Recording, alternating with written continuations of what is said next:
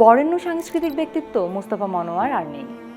তিনি বেঁচে থাকলে আগামী 1 সেপ্টেম্বর ধুমধাম করে পালিত হতো তার 91তম জন্মদিন। বাংলাদেশের চিত্রকলা, পুতুল নাট্য ও টেলিভিশন অনুষ্ঠানের বিকাশে তিনি অপরিসীম ভূমিকা রেখেছেন। এই গুণী শিল্পীর জন্ম 1935 সালের 1 সেপ্টেম্বর মাগুরা জেলার নাকুল গ্রামে। মাগুরা তার নানার বাড়ি। মোস্তফা মনোয়ারের পৈতৃক নিবাস ঝিনাইদহের শৈলকুপা উপজেলার মনোহরপুরে। তার বাবা ছিলেন দেশের অন্যতম প্রধান কবি গোলাম মোস্তফা, মায়ের নাম জমিলা খাতুন। তিনি 1959 সালে কলকাতার government college of art and craft থেকে চারুকলায় প্রথম শ্রেণীতে প্রথম হন। দেশে ফিরে তিনি শিল্পাচার্য জয়নুল আবেদিনের আর্ট কলেজে শিক্ষকতা শুরু করেন।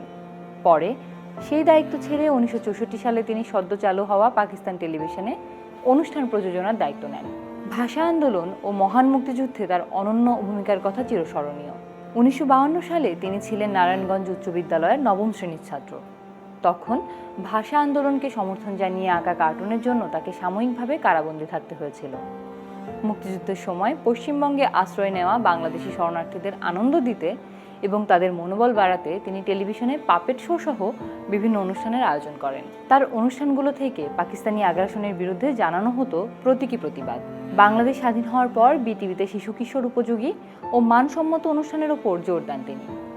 তারই ধারাবাহিকতায় 1976 সালে চালু হয় নতুন কুড়ি। প্রেশার ও অক্সিজেনের মাত্রা কমে যাওয়ায় তাকে গত 14 জুন রাজধানীর স্কয়ার হাসপাতালে ভর্তি করানো হলে তাকে আইসিইউতে রাখা হয়েছিল। তিনি নিউমোনিয়ার ব্যাকটেরিয়ায় আক্রান্ত ছিলেন।